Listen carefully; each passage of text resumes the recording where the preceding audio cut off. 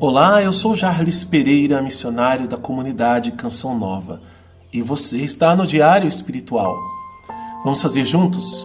Em nome do Pai, e do Filho, e do Espírito Santo. Amém.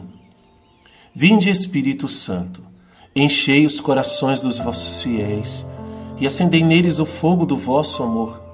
Enviai o vosso Espírito, e tudo será criado, e renovareis a face da terra. Oremos.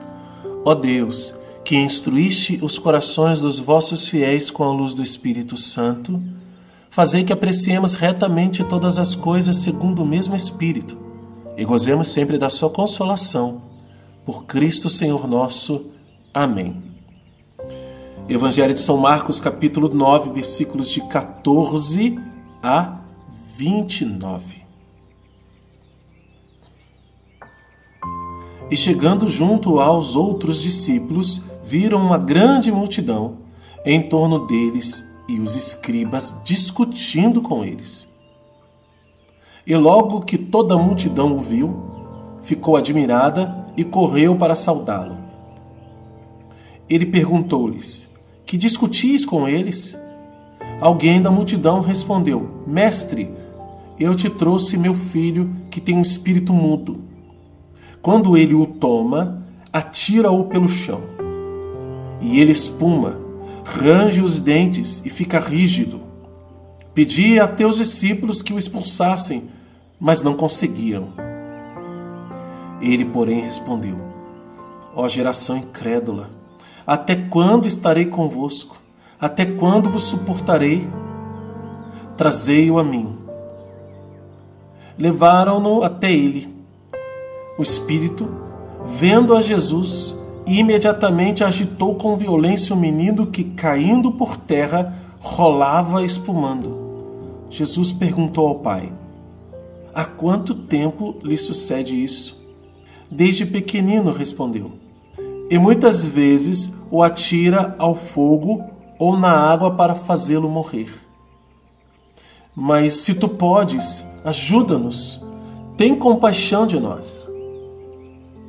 Então Jesus lhe disse: se tu podes, tudo é possível àquele que crê.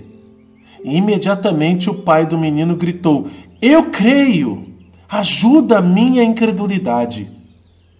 Vendo Jesus que a multidão afluía, conjurou severamente o espírito impuro, dizendo-lhe: espírito mudo e surdo, eu te ordeno, deixa-o, e nunca mais entres nele. E gritando e agitando-o violentamente, saiu. E o menino ficou como se estivesse morto, de modo que muitos diziam que ele morrerá.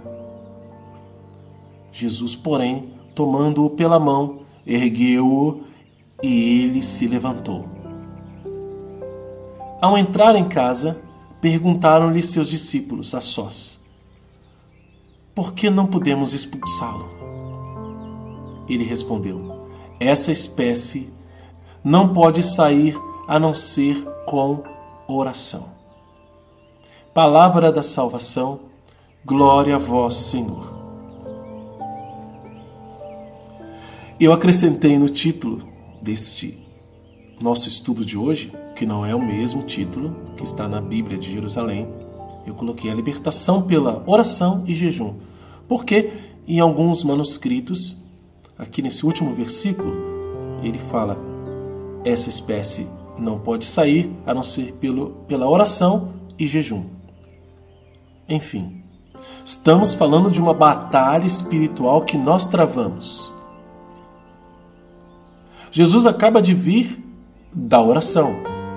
Não que Jesus tivesse que estar naquele momento de oração para ter força para expulsar aquele demônio. Não. A presença de Jesus faz isso. Nós vimos no mesmo Evangelho de São Marcos que Jesus expulsou uma legião de demônios que estavam no homem lá em Gerasa. E aqui era apenas um. Mas Jesus quer nos ensinar também que há espécies de demônios diferentes e que exigem formas diferentes de expulsá-lo. não para Deus em si, mas para nós, que somos os filhos de Deus, que somos discípulos. Nós não temos a onipotência, mas nós recorremos ao onipotente. E de que forma nós precisamos recorrer para que seja eficaz a nossa oração? Jejum e oração.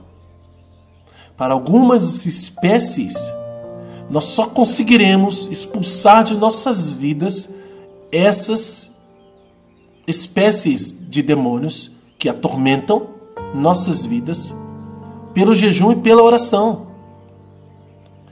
Por quê?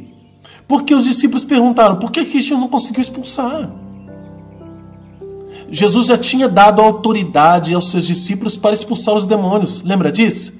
Quando ele enviou os 12 em missão. Olha, os 12, os apóstolos. Eles já tinham essa autoridade. Mas, naquele momento, naquela situação, eles não estavam conseguindo. Por quê? Não bastava só dizer. Invocar o nome de Jesus. Não porque o nome de Jesus tenha perdido sua força, mas porque é através de nós que o combate é travado. É através das pessoas. E nós precisamos também estar em condições para esse combate. E o que nos condiciona, o jejum e a oração. Jesus está explicando e ensinando para nós. Então talvez você olhe para a sua vida e veja grandes dificuldades de vencer algumas batalhas. Você tem rezado, você tem pedido, não está faltando fé. Mas talvez falte o jejum e mais oração. Quem vai libertar é Deus. Mas em alguns casos, ele diz que nós precisamos jejuar e orar. Nós precisamos de um esforço maior. Nós precisamos dessa penitência. Nós precisamos dessa humilhação diante de Deus, de pedir, de invocar, de implorar, de fazer um sacrifício para que nós consigamos a expulsão do mal da nossa vida. E Jesus está ensinando isso para nós. Isso não é uma dificuldade em Deus, é uma dificuldade em nós. E Jesus fala isso para que nós sanemos essa dificuldade. Para que essa dificuldade não exista mais. E aí, nenhum espírito maligno resistirá aos filhos e filhas de Deus. Por quê? Por causa do preparo dos seus filhos e das suas filhas. Se a gente for olhar de maneira nua e crua, o demônio tem muito mais poder, muito mais esperto, muito mais inteligente que nós. Mas Deus o subjugou aos seus filhos. No entanto, não será assim, de qualquer maneira, que todos os demônios sairão. Jesus está explicando que algumas espécies, essa espécie que estava no menino, só sai pela oração. Aqui no Evangelho de São Marcos, mas nós sabemos que também o jejum. Então já acrescento aqui para você. Quais são as batalhas difíceis que você está enfrentando, que estão sendo complicadas e que estão precisando de oração e de jejum? Pense agora. Pense. E faça propósitos para isso. Veja como que não é só eu conto com o poder de Deus, mas é necessário que haja um processo de conversão, de santificação, de adesão um pouco maior da nossa parte. Nós precisamos ainda estar mais íntimos, próximos de Deus. E a oração e o jejum nos aproximam mais de Deus. Nos aproximam mais. Então é necessário que a gente leve isso em conta, porque é um ensinamento de Jesus. E para nós é um princípio eterno. Eu já vou colocando aqui para você. Olha, primeiro, Jesus, ele se irrita com a geração. A incredulidade da geração. E aqui não fica muito claro se essa irritação é também com os seus apóstolos ou com aqueles escribas que estão lá, porque assim, os escribas estão lá discutindo com eles. O povo movimentado, né? Aquele pai desesperado, que não tem uma fé tão grande assim. E os discípulos ali que não conseguem expulsar o demônio. Olha a confusão que tá. Jesus acaba de vir da glória.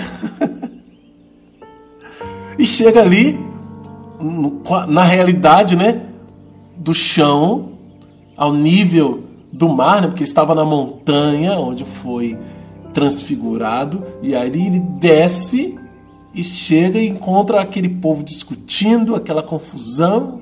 Teus discípulos não conseguiram. Se podes fazer alguma coisa, incredulidade. E Jesus exclama: ó geração incrédula, até quando estarei convosco? Até quando vos suportarei? Isso é um gemido do coração de Deus diante da nossa falta de fé. Diante da nossa falta de fé. A gente quer sinais, quer provas, quer. Deus sempre precisa dar muito para nós. A gente não dá voto de confiança. A gente não exercita a fé dizendo eu creio, mesmo sem ver nada. E fé é isso. É a certeza de que já adquirimos aquilo que nem vemos. Porque se já vemos, se já tocamos, não precisamos de fé. E nós precisamos ter fé. Nós não podemos ser uma geração incrédula. E aí Jesus fala: traz ele aqui para mim. Ordem de Deus. E pergunta, né? O espírito maligno vai e faz um estardalhaço, né? E assim, muitas vezes nas nossas batalhas, nos conflitos espirituais que nós temos, a gente vê aquela coisa assim, pegando fogo na nossa casa, na nossa família, com aquela determinada pessoa, naquela determinada situação. Aquilo parece que é o fim de tanta confusão, de tanto rebuliço, porque o diabo não quer sair. Ele não quer perder o reinado naquela situação ou na vida daquela pessoa. Então, ele agita, ele grita, ele ameaça, ele tenta destruir, como fazia com o menino. Atirava o fogo, a água para fazer ele morrer. Deixava o menino mudo, incapaz de falar. E aí vem um princípio eterno bonito. Você já vai anotando aí, viu? Sublinha na sua Bíblia. Mais um princípio eterno. Primeiro esse aqui, do versículo 19. E no finalzinho a ordem: trazei-o a mim. Também versículo 19. E versículo 23 agora.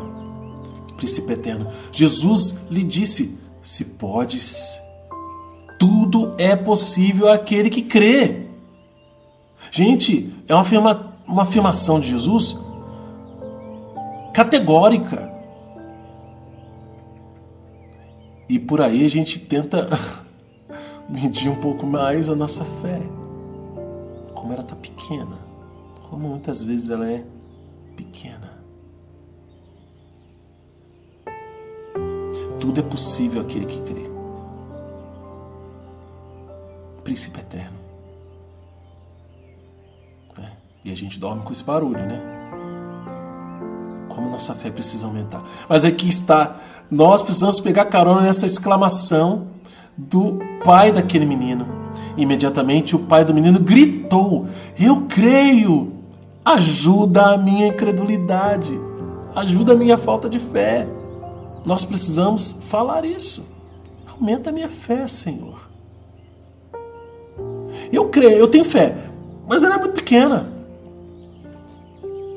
E se um grão de mostarda é pequeno e com uma fé do tamanho de um grão de mostarda é possível dizer à montanha: sai daqui e lança-te ao mar, e ela vai obedecer, você imagina que tamanho que está a nossa fé.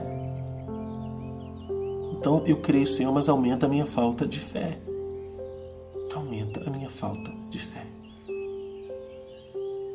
E Jesus vai e ordena ao espírito maligno que saia daquele homem, porque ele vê todo mundo se agitando, aquela loucura. Imagina que os escribas que estavam lá começaram a agitar também as pessoas, enfim. Ele ordena para o espírito sair e nunca mais entrar no menino. E o menino é sacudido violentamente e cai como se fosse morto no chão. Todo mundo fala, ih, vai morrer. Mas Jesus pega ele pela mão, levanta e ele fica totalmente liberto. E aí vem outro princípio eterno para nós. Versículo 25 ali é ordem, né? E agora versículos 28 e 29. Ao entrar em casa, perguntaram-lhe, por que não podemos expulsá-lo? Essa pergunta é porque eles já sabiam que tinham autoridade sobre os espíritos malignos. Jesus deu autoridade. Mas, no entanto, aquele em específico eles não conseguiram expulsar. Aí Jesus responde. Essa espécie, ou seja, existem espécies diferentes de espíritos malignos. Essa espécie não pode sair a não ser com oração.